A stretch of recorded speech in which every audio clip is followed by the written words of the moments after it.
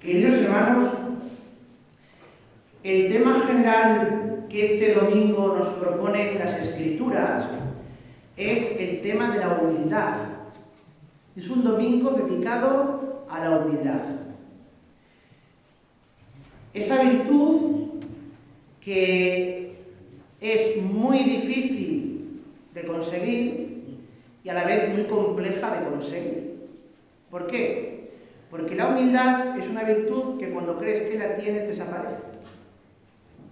Y si peleas por conseguirla, te volverás loco y al final verás que caes más en una falsa humildad, en una soberbia, que realmente en lo que es la humildad en sí misma.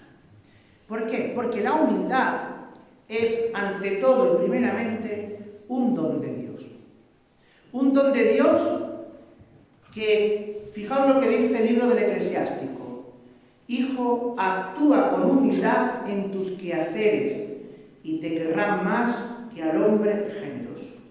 La humildad es una forma de trabajar, es una forma de actuar, es una forma de situarse en medio del mundo, sin pretender grandes cosas, simplemente cumpliendo con tu deber, sin hacer chapuzas, sino buscando siempre la excelencia y la perfección en tu trabajo.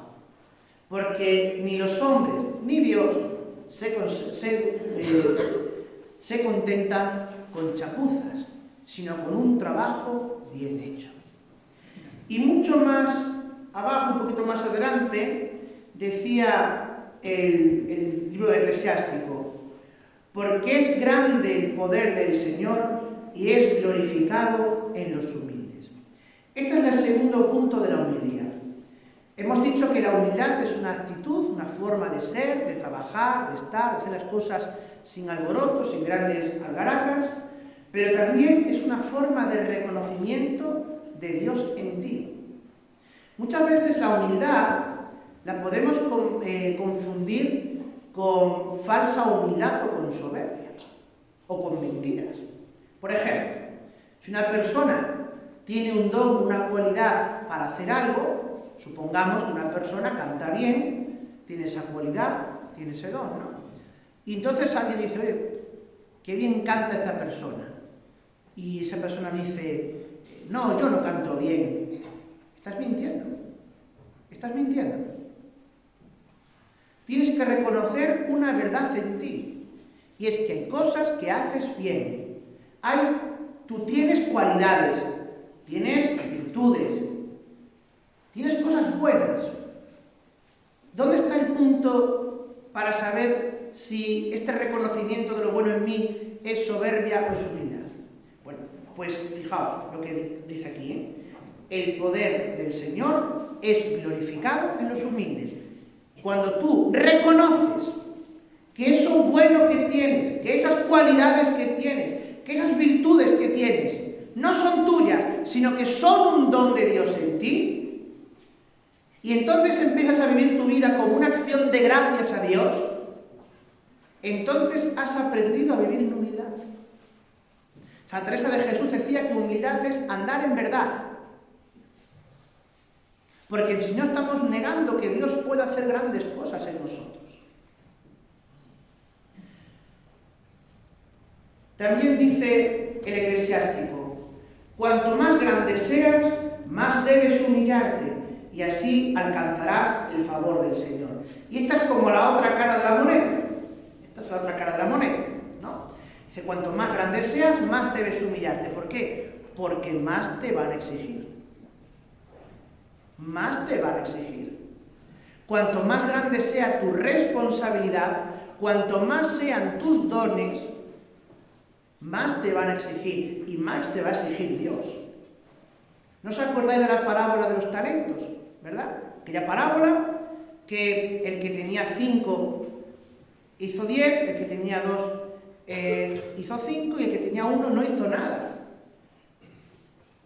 No puso los talentos a producir. La humildad también conlleva poner los talentos a producir.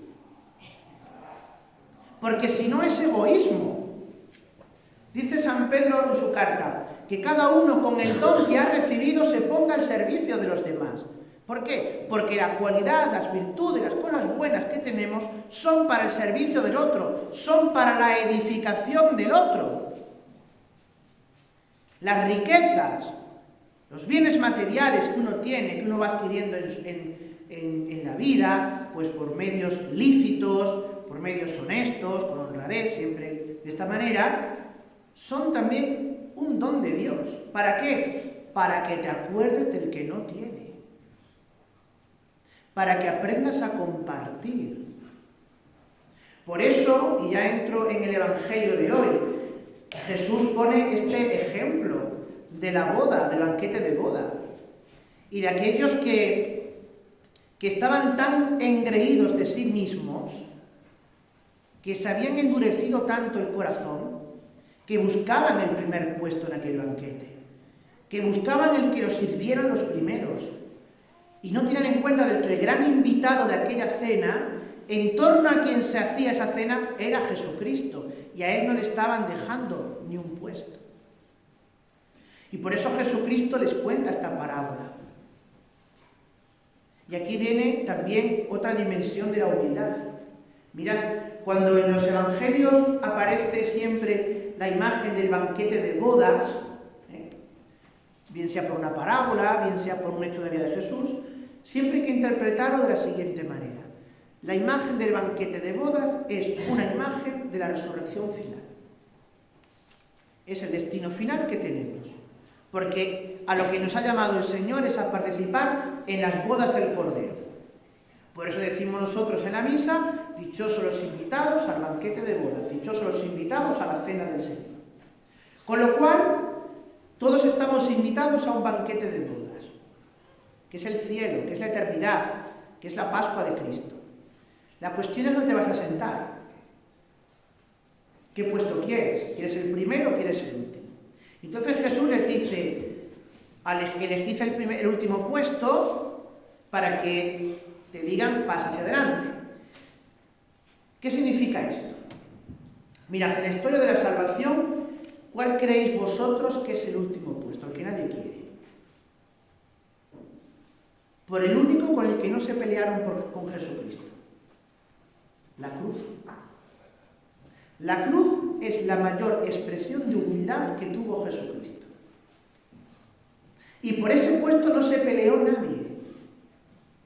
Cuando Jesucristo dice esa frase de siéntate en el último puesto para que luego te pongan el primero, está hablando de la cruz. Está diciendo, asume la cruz para tener gloria. Porque el único camino a la gloria, el único camino a la eternidad es la cruz y no hay otro. Y el cristiano solo encuentra la verdadera alegría cuando vive la cruz, cuando asume la cruz. A veces tenemos una concepción un poco falsa de la cruz, o más que falsa, digamos, sesgada, ¿no? Pensamos que la cruz es sinónimo de sufrimiento, de sufrir. Entonces, cada uno tiene una cruz grande. Uno sufre físicamente por una enfermedad que le está minando, que le está matando. Uno puede sufrir moralmente por un mal que le han hecho. O puedes estar muriendo, o puedes tener una cruz grande, que es la cruz de tus pecados. Gente que vive con un sentimiento de culpa muy grande. O puedes tener una cruz que es la cruz de la tristeza, porque has entrado en una espiral en la que ya no ves esperanza, en la que todos son recuerdos que te vienen abajo, etc. Cada uno tiene su cruz, y el que no la tenga que la espere, porque va a venir. Pero eso, digo, es una manera muy sesgada de interpretar la cruz. La cruz tiene otra cara, que es la de la gloria.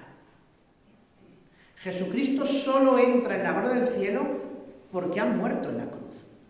Pues eso es lo que nos está enseñando el Señor, que la humildad pasa por la cruz necesariamente. Y esa humildad, esa cruz, es la que te lleva al cielo. Y no hay otro camino. Por eso tienes que asumirlo. Y asumirlo de una manera recia, de una manera viril, de una manera fuerte. La humildad es una virtud que exige fortaleza, que exige fe, que exige compromiso. La humildad no es amiga de la mojigatería, ni del victimismo, ni de caras compungidas, ni de lamentos. Una persona que se lamenta tanto no es una persona humilde. Una persona que quiere ser reconocida en su lamento. No. La humildad reclama de nosotros fortaleza, reciedumbre. Reclama de nosotros tener seguridad para no ser pusilánimes en la vida. Por tanto, nosotros hoy al Señor le vamos a pedir esa virtud. Le vamos a pedir que nos levante muchas veces de nuestra postración, que nos enseñe a escoger siempre el puesto de la cruz, para que andemos siempre el camino más recto y más seguro que nos lleve al cielo. Porque un corazón humilde, dice el Salmo 50, tú no lo desprecias. Y el Señor quiere actitudes humildes. Quiere que sus hijos seamos humildes, entregados, serviciales, y que no aspiremos a nada de este mundo. Uno puede tener aspiraciones buenas, pero alguien puede decir, bueno, y si yo aspiro, por ejemplo, a un mejor puesto en mi empresa, en mi trabajo, ¿eso es bueno o es malo? Si eso es bueno, hay que promocionar, claro. Lo malo es el modo. Si tú para eso tienes que pisar a otro, tienes que denigrar a otro, o levantar un falso a tu compañero de trabajo, entonces no lo estás haciendo bien. Entonces eres soberbio. Pero si tú vas adquiriendo un puesto, has promocionado, tienes más responsabilidad, no olvides que te van a exigir más, entonces tienes que hacerlo con más humildad si cabe. Pues pidamos al Señor ese corazón humilde para andar recto hacia el cielo. Que así sea.